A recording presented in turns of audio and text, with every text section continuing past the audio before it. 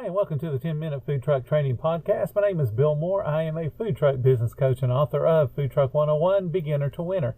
This podcast is all about helping you start and grow your food truck business. Last week, I talked with Thane Martin on franchising your brand. If you're dreaming about becoming the Subway of food truck, then give all of those episodes a listen. One of the many elements that we talked about was having written manuals so that you're able to train people coming into your franchise. It's also super important that you have a training manual to be able to train employees. And I thought it would be a really good idea to share with you guys how detailed you need to be and how those details will help you to run a better food truck today, long before you ever open your second food truck or even get into franchising. Imagine what's possible when learning doesn't get in the way of life. At Capella University, our game-changing FlexPath learning format lets you set your own deadlines so you can learn at a time and pace that works for you. It's an education you can tailor to your schedule. That means you don't have to put your life on hold to pursue your professional goals. Instead, enjoy learning your way and earn your degree without missing a beat. A different future is closer than you think with Capella University. Learn more at capella.edu. Today I'm talking about all the details needed for a training manual for your franchise food truck, or if you want to just evolve into a second food truck. And today's details are about your cooks and your cook processes. You need to have some type of system to manage the kitchen area of your food truck, and also to monitor all the different holding that you may be doing, whether it's hot holding or cold holding, but you still need to have some system in place. So for example, if you have steam tables, you want to have some method of checking out to make sure that the product is not expired in the steam table. That means you have to have a holding time for the food that is in the steam table. So you're having to think about how long should this food actually last, because remember, you want to cook food all throughout the day.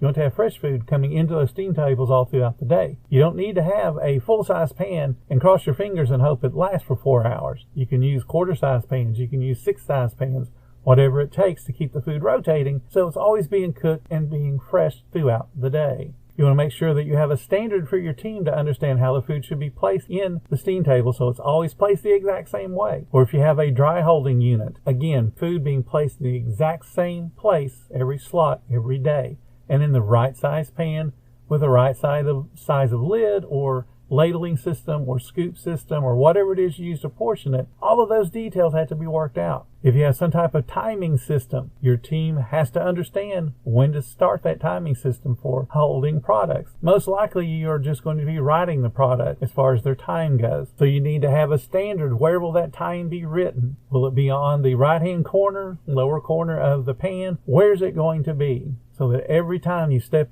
onto the food truck to do an inspection, you as the owner of multiple food trucks can look and go, yep, I can tell exactly when this food was in there because I can see the holding time on it. If you have some type of kitchen management system or some type of prep system, you want to make sure it's present and then being executed properly. Because if it's not being executed properly, that means you're wasting food, you're wasting prep time, you're running out of food, you're running out of prep, you don't have the right amount of one product to meet up with the other products that you cook. So you have to have some type of management system, some type of prep system in your kitchen. And then whoever's in charge is able to explain how to use it, and then they make adjustments on the fly if necessary. So if your goal is to always have, say, 10 hamburgers cooking because you're so busy and you know you're going to sell them, the manager in charge needs to be able to adjust that when the line breaks. And instead of having 10 cooking, you may drop to 3 cooking. Or if you start with a third size pan of a particular item and after the line breaks after 1 or 2 o'clock, you may drop down to a 6-size pan and replace the other part of the third size area with just an empty pan. You don't have to have full pans all day long. You just have to be able to monitor the food so that you have food all day long. So let's talk about fried products. Let's just say you do French fries. That's a relatively easy thing to do, but you got to have super details in how it is done. So let's talk about how to load the fries into a fry basket. What's your standard? Is it going to be half full, a third full, a quarter full? All of those depend on what the cut size is on your fries. And then the next thing is, are they cooked properly? So are we using a timer? Are we just guessing? Are we saying when they float, they're done? Or are we just going, now we're busy, they're up now? The fries need a standard, and that standard never changes. Invest in some type of timing system. You can get one that's freestanding that just counts time, or you can get one that's integrated into the fryer that actually adjusts for the temperature of the shortening. So it adds on time as the shortening cools off. But in any case, you need to have a set timer. And yes, it takes 2.5 minutes, 3.5 minutes, whatever your standard is. And the employees know what that is, and they set a real timer for it. You need to have some place where you're salting your fries, and that is not over the shortening. And then you need to have a standard, for example, that as soon as the fries come up and we let them drain for 3 to 5 seconds, then we'll take them and dump them into this area, this holding station, or they have to be salted within 10 seconds of being dumped. You need to be that detailed. If you have fries up already and you're adding in new fries, how do you rotate them so that the older fries get used first? Or are you discarding them? You need to have those standards so all the employees know what those standards are. Then, of course, you want to make sure that if anything has an expiration, it's not being served. So where does it go when it expires? And don't encourage your staff, if something expires, y'all go ahead and eat it.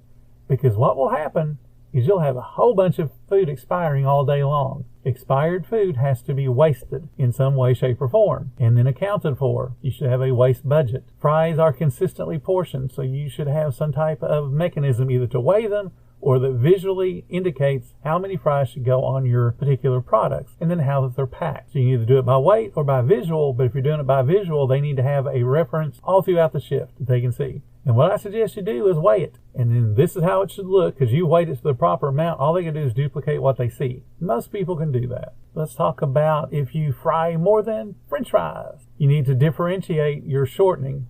Fries need to be cooked in as clean a shortening as possible and in shortening that has as few of other products going into it as possible. Fries pick up other flavors. So if you're cooking anything else like fish or chicken or sausage or any other protein, it goes in its own fryer. And if you're cooking fish and chicken, the fish needs to be in its own fryer, and then the chicken needs to be in its own fryer. And yes, I know now we're talking about 3 different fryers, but your goal is to sell awesome food. And you can't sell awesome food when you start commingling stuff into the different fryers and go, fry food, who cares? Because what ends up happening is the food ends up tasting identically. The fries taste like fish, the fish tastes like chicken, the chicken tastes like fish. All of those things don't impress a guest. They don't come back because what you're selling now is crap. They can make crap at home. They're giving you their hard-earned money to get some delicious food. Don't disrespect them by just throwing it all together in the same fryer and go, here you go. You want to make sure that every product you're cooking has some type of set timer, especially proteins.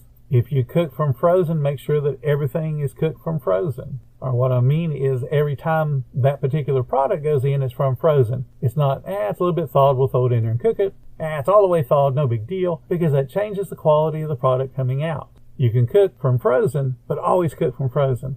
You can cook from thawed, but always cook from thawed when it's the same product. Either frozen or thawed, not a mix. And the same deal with expired items. Where do they go? How are they accounted for? You want to make sure that everything is being portioned and packaged and served according to whatever your policies and procedures are. That's when you're following up on that second truck, that third truck. So let's just talk about shortening management now. We've talked a little bit about cooking and shortening. So let's talk about shortening management. You should have a shortening test kit, and then all of the fryers, no matter how many you have, should be checked daily, and if they don't meet the light color that you expect them to have, then that's being discarded. So a shortening test kit will give you examples and show you this is where the shortening should be. When it gets to this color, you have to throw it out. So you have to check your shortening daily. And I would check it at the end of the shift. That way you know whether to filter it or discard it. You should have a skimmer available to skim off the little bits and pieces that come off the stuff. Get those dead fries out of there that fell out of the basket or floated out of the baskets. Get all the crumbs from your different breaded products. Skim those out. Make sure that your oil is not below the fill line. If it is, you add more oil to it to refill it. It cannot get below that line. Skimming is so important. You want to make sure that your skimmer is also in good repair. So that's just all on the fried product. But what about if you sell burgers or any kind of a sandwich? Well, let's say that you're going to be toasting it, toasting the bread. You need to have a procedure for that. How is the bread toasted? How long does it take? How long can you hold bread after it's toasted? What should it look like? What are the color ranges that we find acceptable for toasted bread and what's not acceptable? And if you can have a picture up there, that's awesome. You can show them what too light is and too dark is and the just right. If you give employees visual aids, they can perform a better job. If you build sandwiches, you want to make sure that the staff knows what the build is and they can do it correctly. If you mark sandwiches, you need to have some type of marking system. Say no lettuce, no tomato. How's it going to be marked So it's efficient when somebody gets 7 different sandwiches and all 7 of them are different. They don't have to unwrap them and pick through them to see whose is what. Come up with a marking system and then mark your sandwiches. And it needs to be a simple marking system. It should not be a letter to the editor in length. It should be super easy to understand. If you do dessert, same deal. How are they marked? How are they held for expiration? How long can they be thawing? If you do from frozen dessert, like a pie for instance, you need to make sure that the orders are being repeated so that you know it's correct. And you have your expediter. Talking about the expediter again, they're either using a paper ticket or the screen to fill the orders. They're not trying to do it from the memory. Your goal is to make sure that no guests return with an incorrect order. So all of that information is just on frying and then making sandwiches. But there's still a whole bunch more that has to be inspected. And I'll talk about that tomorrow. Thank you guys so much for listening to the 10-Minute Food Truck Training Podcast. If you're finding all the information useful to your food truck business, please consider becoming a monthly supporter of the podcast. Just hit the support button or follow the link in the description. Every little bit does help keep us going. If you guys need a business coach to help you reach your food truck's full potential, check out my affordable services. They are listed in the links in the description below. And as always, thank you guys for listening. Come back tomorrow. I have plenty more to say about the food truck industry.